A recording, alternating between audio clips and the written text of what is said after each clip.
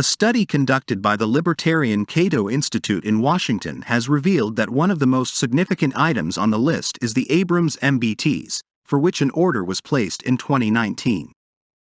Taiwan is awaiting the delivery of 108 Abrams based on the perception that the tanks will be crucial in thwarting a Chinese invasion due to their ability to fire from mountaintops. The delivery date for the tanks has been rescheduled to begin in 2024 instead of 2022, as was initially planned. The Republic of China Army, ROCA, is acquiring Abrams to replace the second-generation M60A3 Patton and CM11 Brave Tiger tanks in service for over 2 decades.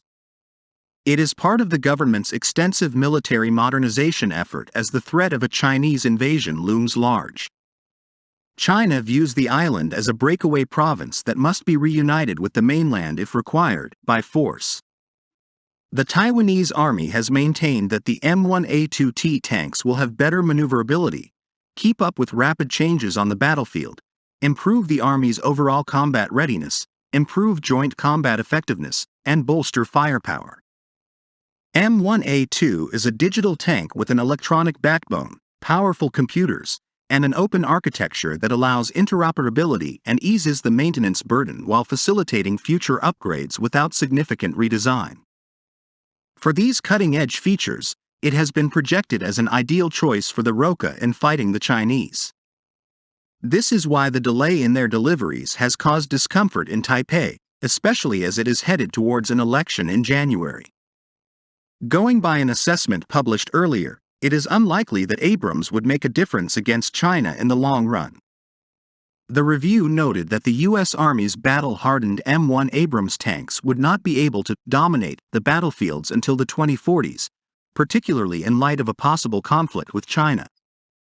As one of the heaviest tanks in service today, the M1 Abrams is an American main battle tank from the 3rd generation that has been developed for modern armored land warfare.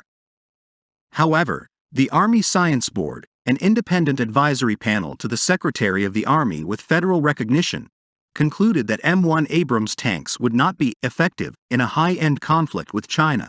This long-term evaluation starting in 2019 states that the M1 Abrams will not dominate the battlefield in 2040 because all its advantages, movement, firepower, and protection, remain vulnerable. The statement emphasized that while the M1A2 SEP V3 and 4 upgrade would increase the tank's capabilities, it would not result in superiority. Taiwan also acquired the M1A2T, a special model of the System Enhancement Package version 2, SEPV2, of the Abrams main battle tank, adding to Taiwan's difficulties.